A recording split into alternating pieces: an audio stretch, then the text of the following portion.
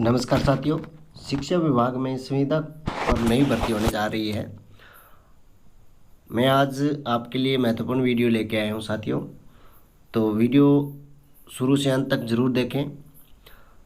10,000 पदों पर सुविधा कर्मी की भर्ती होगी। अंग्रेजी माध्यम से सुविधा कैडर के 10,000 पदों को कॉन्ट्रेक्चुअल माध्यम से भरने के लिए संबंध में विज्ञप्ति आज जो जारी हो गई है। हम इस विज्ञप्ति में जानेंगे कि जो संविदा कर्मी है उनके लिए मानदेय क्या होगा, योग्यता क्या होगी और चयन का तरीका क्या होगा। साथियों, अगर चैनल पे नए हो तो चैनल को सब्सक्राइब जरूर कर लें।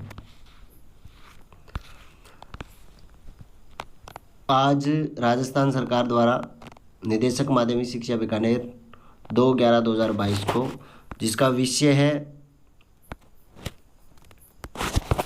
अंग्रेजी माध्यम से संविदा कैडर के 10,000 पदों को कॉन्ट्रेक्चुअल माध्यम से भरने के संबंध में साथियों महत्वपूर्ण लेख है कि मुख्यमंत्री महोदय के बजट घोषणा बिंदु संख्या 27 के अनुसार Rajasthan contractual hiring to civil post rule 2022 के तहत अंग्रेजी माध्यम के सुविधा कैडर के 10,000 पदों पर सुविधा आधारित शिक्षक भर्ती किए जाने हेतु निम्नानुसार शर्ताधीन स्वीकृत एवं प्रदान की जाती है। साथियों, हम इसमें देखेंगे कि पदों की संख्या, मानदेय क्या रहेगा। पदों की संख्या है वो भर्ती की जानी है वो 10,000 है, जो हमने सबसे पहले देख ली थी।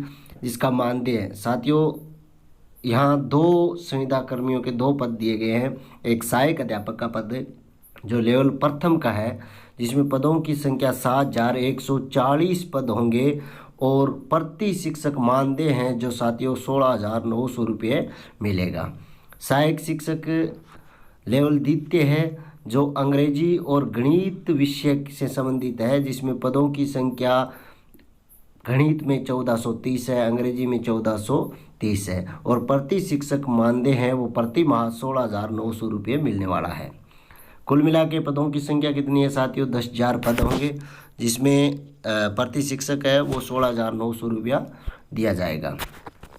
दूसरे नंबर पर Rajasthan contractual hiring to civil post rule 2022 के अंतर्गत नियुक्त सहायक अध्यापकों को निम्नानुसार सेवा अवधि पूर्ण करने पर पदनाम और उच्चतर मानदेय भी प्रदान किया जाएगा। साथियों, जो सेवा अवधि 9 वर्ष तक कोई संविदा कर्मी अगर सेवा करता है तो जिसका लेवल प्रथम या द्वितीय कोई भी हो, जिसका मानदेय वो 29,600 रुपये कर दिया जाएगा। 9 वर्ष की सेवा पूर्ण करने पर 5% की दर से प्राप्त मानदेय में 2 अतिरिक्त वेतनवृद्धियाँ जोड़कर अगले ₹100 में पूर्णाकृत कर निर्धारित किया जाएगा।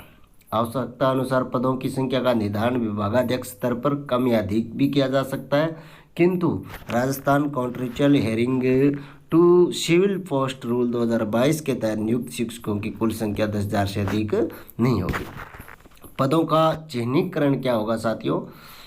रूपांतरित महात्मा गांधी विद्यालय हैं जिसमें शिक्षकों के रिक्त पदों की सूचना प्राप्त करना।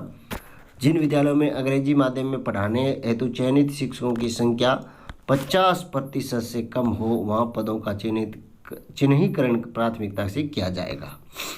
भर्ती हेतु पदों का निर्धारण जिला स्तर पर पदवार और विषयवार किया जाएगा। विद्यालयवार चिन्हीकरण किया जाएगा। प्रत्येक विद्यालय में न्यूनतम 50% शिक्षक अंग्रेजी माध्यम हेतु चयनित उपलब्ध हो सकेंगे। शेष पदों हेतु भी इसी क्रम में विद्यालय चिन्हित किए जाएंगे। साथियों, आप यहाँ नियुक्ति के पदवार, योग्यता और प्रक्रिया है वो देखेंगे। महात्मा गांधी या अंग्रेजी माध्यम विद्यालयों में अंग्रेजी माध्यम शिक्षकों को Rajasthan contractual hiring of to civil post rule 2022 के तहत भर्ती और सेवा संबंधी शर्तें जो इस प्रकार होंगी। सेवा में सम्मिलित पद जिनकी वांछित न्यूनतम योग्यता और नियुक्ति अधिकारी का विवरण है वो यहाँ पर दिया हुआ है साथियों, जिसमें सहायक अध्यापक जो लेवल द्वितीय है अंग्रेजी और गणित के लिए जिसका चयन होगा वो हम यह देख सकते हैं कि शैक्षिक योग्यता है वो न्यूनतम 50% सहित गणित व अंग्रेजी संबंधित पद जो भी है वैकल्पिक विषय के साथ अंग्रेजी माध्यम में स्नातक होनी चाहिए।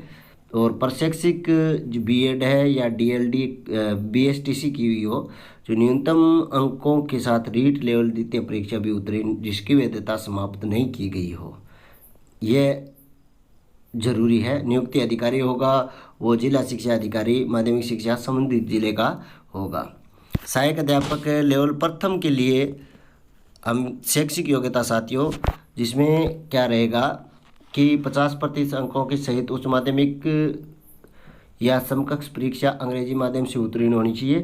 प्रशैक्षिक योग्यता के लिए डीएलडी है और जो बीएसटीसी हम बोलते हैं, न्यूनतम अंकों के साथ रीट लेवल प्रथम है जो परीक्षा उत्तीर्ण हुई जिसकी वैधता की अवधि भी समाप्त नहीं की गई हो। और इसका भी जो नियुक्ति अधिकारी होगा वो संबंधित जिला शिक्षा अधिकारी होंगे। राजस्थान ने contractual hiring to civil post rule 2022 के प्रावधानों को ही पूर्णतः पालना करते हुए इन पदों को भरा जाएगा। साथियों, विभाग आवश्यकता अनुसार पदों को बढ़ा भी सकता है और घटा भी सकता है, परंतु 10,000 से ज़्यादा पद नहीं बढ़ा सकता। 10,000 तक पदों को लगा सकते हैं और जब चाहे तब उनको हटा भी सकता है। संविदा नियुक्ति का तरीका है वो अलग अलग जिलों में जिलेवार की गणना की जाएगी और विभागाध्यक्ष के स्तर पर केंद्रीकृत प्रेस विज्ञप्ति और प्रचार प्रसार के अन्य उपायों से पात्र व्यक्तियों से ऑनलाइन आवेदन पत्र आमंत्रित किए जाएंगे। इस बार ऑनलाइन आवेदन पत्र आमंत्रित किए जाएंगे जिसमें सेवा शर्तों और पात्रता की शर्तों का स्पष्ट और पूर्ण उल्लेख किया जाएगा। साथियों, आवेदन पत्र हेतु नियुक्ति अधिकारी द्वारा प्राप्त किए जाएंगे। आवेदन पत्रों द्वारा और वांछित दस्तावेजों की जांच है वो नियुक्ति अधिकारी के स्तर पर की जाएगी।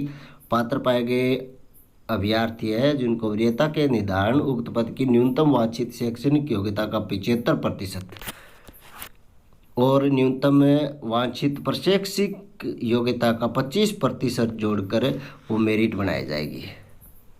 सबसे महत्वपूर्ण जो डी पॉइंट है वो है जिनके सुविधा कर्मियों को नियुक्त किया जाएगा जिसमें शैक्षिक योग्यता का 75% और प्रशैक्षिक योग्यता का 25% जोड़कर जिनके प्राप्तांकों के आधार पर जिला स्तर पर मेरिट बनाई जाएगी।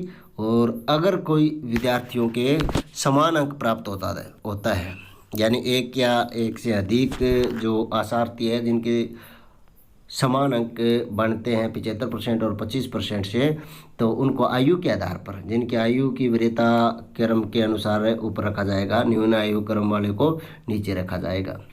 आयु भी समान होने पर न्यूनतम शैक्षणिक योग्यता के में अगर आयु किनकी समान है तो उसमें न्यूनतम शैक्षणिक योग्यता में जिसके अंक अधिक है उसे वरीयता में ऊपर रखा जाएगा और जबकि न्यून अंक वाले आशार्थी को वरीयता सूची में सबसे नीचे रखा जाएगा, उससे नीचे रखा जाएगा। साथियों, नियुक्ति प्रदान करते समय पदों के आरक्षण हेतु नियमों का नियम 10 के प्रावधान की पालना सुनिश्चित की जाएगी। आरक्षित पदों की गणना नियुक्ति अधिकारी के परिक्षेत्र में अधिसूचित रिक्तियों के आधार पर की जाएगी। संविदा आधार पर नियुक्ति आदेश संबंधित पद हेतु नियुक्ति अधिकारी द्वारा की जाएगी।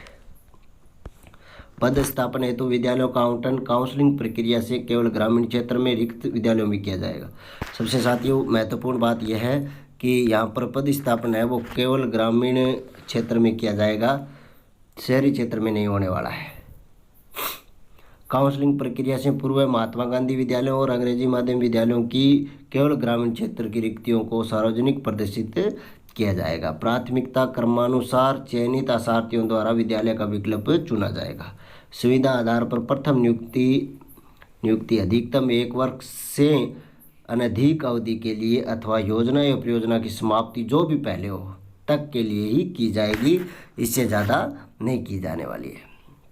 यदि राज्य सरकार द्वारा उक्त अवधि को बढ़ाया जाता है तो प्रति 1 वर्ष पश्चात कार्य समीक्षा उपरांत संतोषप्रद सेवा होने पर भी इसे बढ़ाया भी जा सकता है।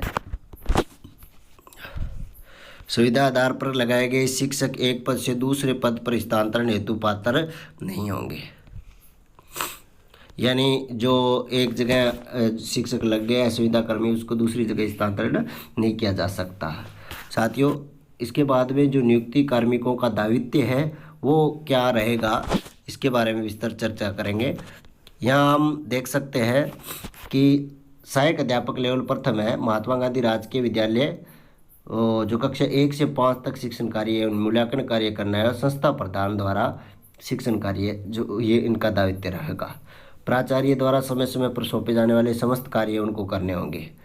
सहायक अध्यापक लेवल द्वितीय है जो गणित और अंग्रेजी के लिए हैं, उनको भी कक्षा 6 से 8 तक अंग्रेजी और गणित विषय का शिक्षण कार्य और मूल्यांकन कार्य और संस्था प्रधान जो भी काम बोलेगा वो हमें करना पड़ेगा। प्राचार्य द्वारा समय समय पर सौंपे जाने वाले समस्त कार्य भी करने होंगे, ये उनको इनके दायित्व होगा।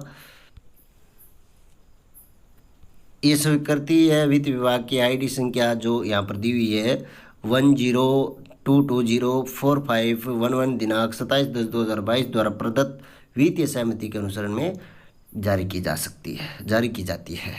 साथियों, इस प्रकार से 10,000 पदों पर अंग्रेजी माध्यम शिक्षक बनने की बहुत ही शानदार वैकेंसी आई है। ये जो हम इसे ओपन वैकेंसी बोल सकते हैं, सुविधा कर्मी। और इसमें एक बात यह भी है कि जो अभी रीट की तैयारी कर रहे हैं यानी 3rd ग्रेड की तैयारी कर रहे हैं, 2nd ग्रेड की तैयारी कर रहे हैं, उन साथियों को इसमें अप्लाई करना चाहिए या नहीं करना चाहिए, इसके बारे में भी हम अगले वीडियो में विस्तृत चर्चा करने वाले हैं। धन्यवाद साथियों। इस वीडियो को अधिक से अधिक शिक्षक साथियों तक शेयर करें ताकि सुविधाकर्मी शिक्षक जो बनना चाहते हैं उनको लाभ पहुंच सके।